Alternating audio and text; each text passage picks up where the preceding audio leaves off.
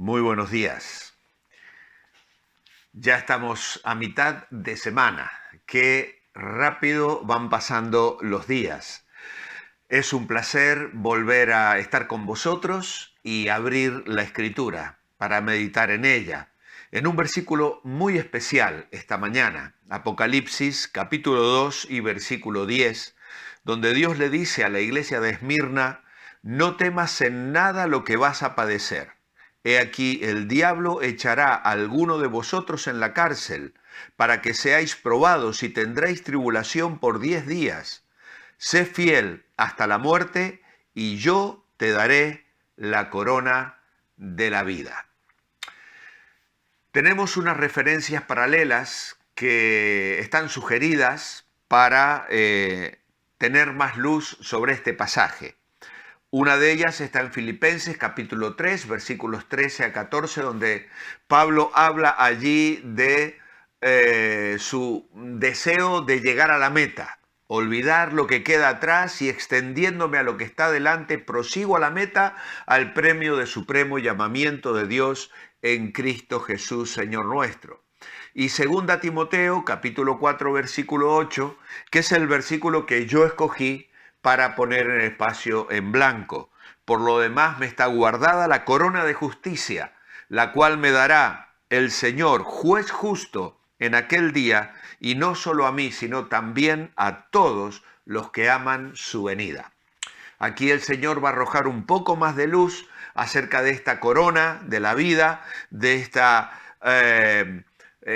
recompensa que el Señor promete a todos aquellos que esperan su venida y que le sirvan con fidelidad.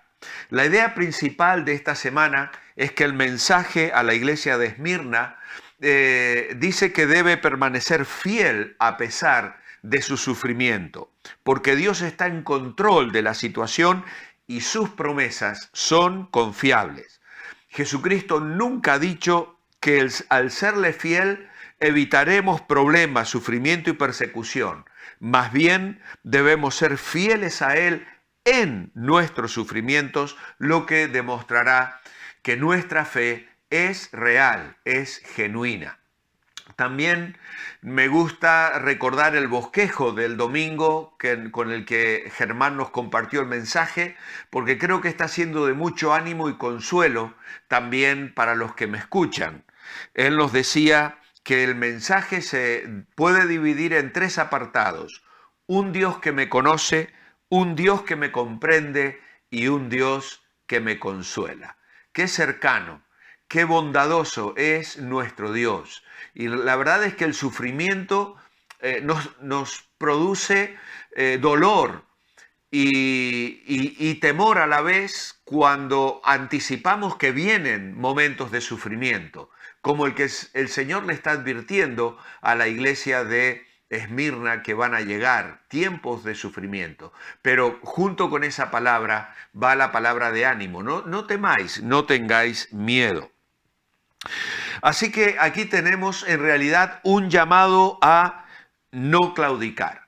Ellos debían ser conscientes de que libran una batalla espiritual contra el diablo y deben estar alertas. Incitadas por el maligno, las autoridades encarcelarán a algunos de la congregación y la posibilidad de una condena a muerte era muy real. Sin embargo, encontramos aquí el llamado a no claudicar. Y la idea esa de no temer es una idea central en el libro de Apocalipsis.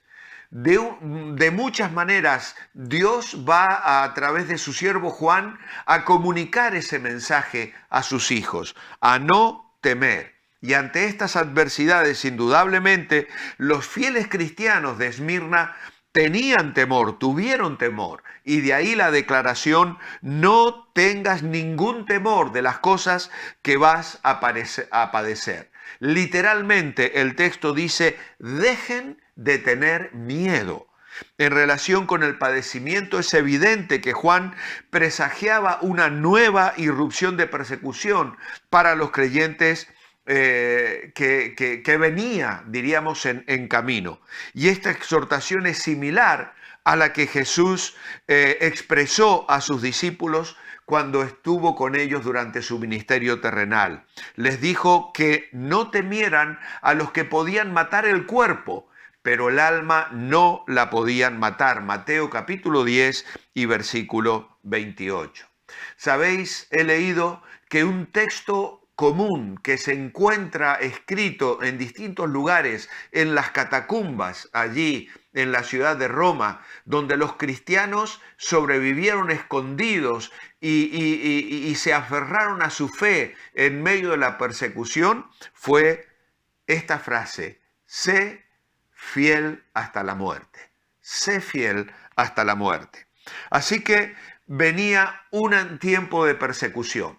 Esta persecución o este sufrimiento habría de convertirse en prisión.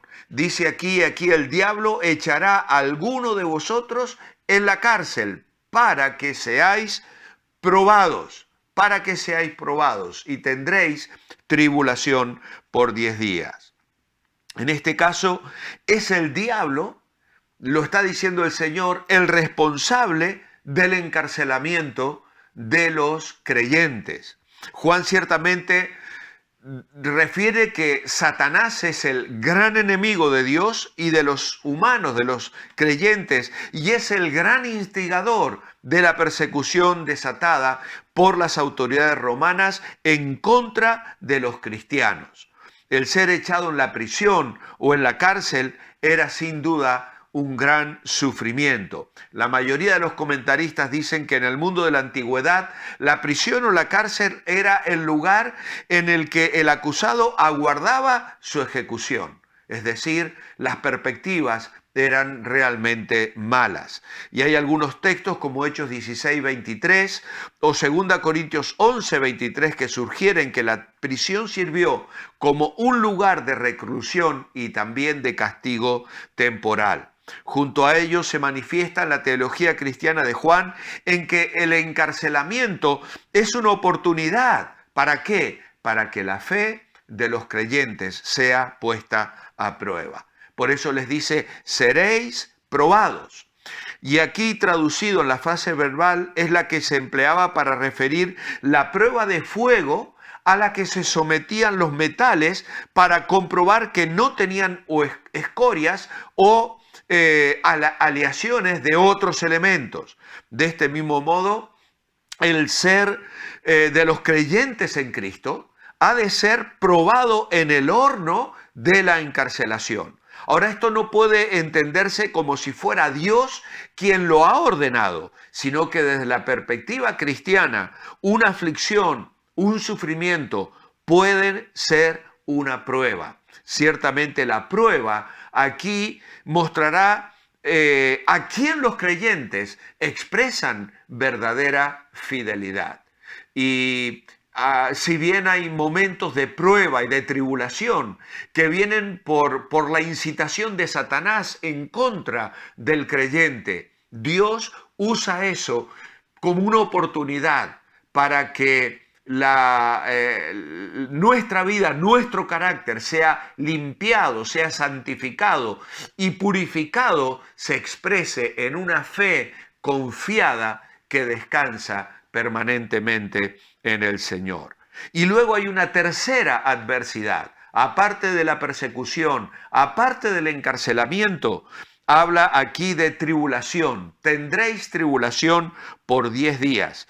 Y es significativo que la exhortación de Juan estaba fundada sobre la limitación del tiempo a 10 días. Y esto nos habla de un lenguaje apocalíptico que aparece repetidas veces en este libro, hablando de un tiempo corto, limitado, indeterminado, pero también que a su vez habla de que será un tiempo que puede ser soportado. Es decir, que los siervos del Señor habrían de sufrir tribulación por 10 días, como también es algo ya mencionado en la profecía de Daniel. Así que esto era común en la profecía apocalíptica.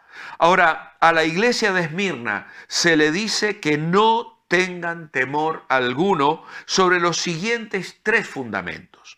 Primero, por cuanto el diablo es el que está detrás de las amenazas. Y los creyentes tienen que tener fe en Cristo, que es Dios, que está por encima de aquel que amenaza y que se propone hacer sufrir a los cristianos. En segundo lugar, en vista de que es un tiempo de prueba, los cristianos tienen que soportar para probar su integridad delante del Señor.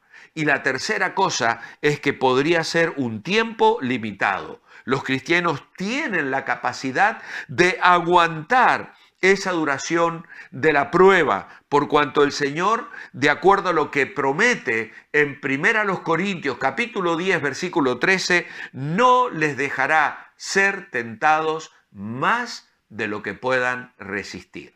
Así que en esto encontramos también un gran consuelo. Luego se nos habla aquí de una corona. Dice el Señor, tendréis tribulación por 10 días, pero sé fiel incluso hasta la muerte, y yo te daré la corona de la vida. A veces nosotros sobrevaloramos la vida. Nos parece que todo lo que hay es la vida física que tenemos, y en cierto sentido está bien que lo hagamos, porque amamos la vida, amamos nuestros seres queridos, amamos nuestro ministerio y debemos amar la vida. Pero cuando uno mira la historia y cómo el Señor ha permitido la muerte temprana, por ejemplo, de Esteban, y uno se pregunta, ¿por qué el Señor permitió que el martirio de Esteban?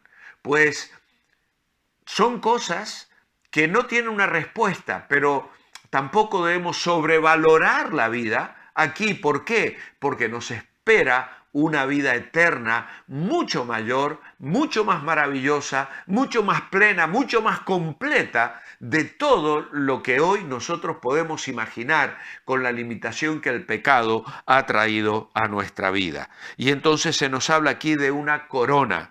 Se le daba al ganador de los juegos por una victoria limpia. Los jueces le observaban, no había sobornos, no había no había cometido trampas, no había roto ninguna regla, y entonces había un premio, que en aquella corona era la corona de Cibeles, una moneda que tenía la corona de Cibeles. Sin embargo, los creyentes van a recibir una corona incorruptible. Así que el mensaje para la iglesia de Esmirna es que ellos deben permanecer fieles a pesar de su sufrimiento. Deben recordar que Dios está en control de la situación, que sus promesas son confiables.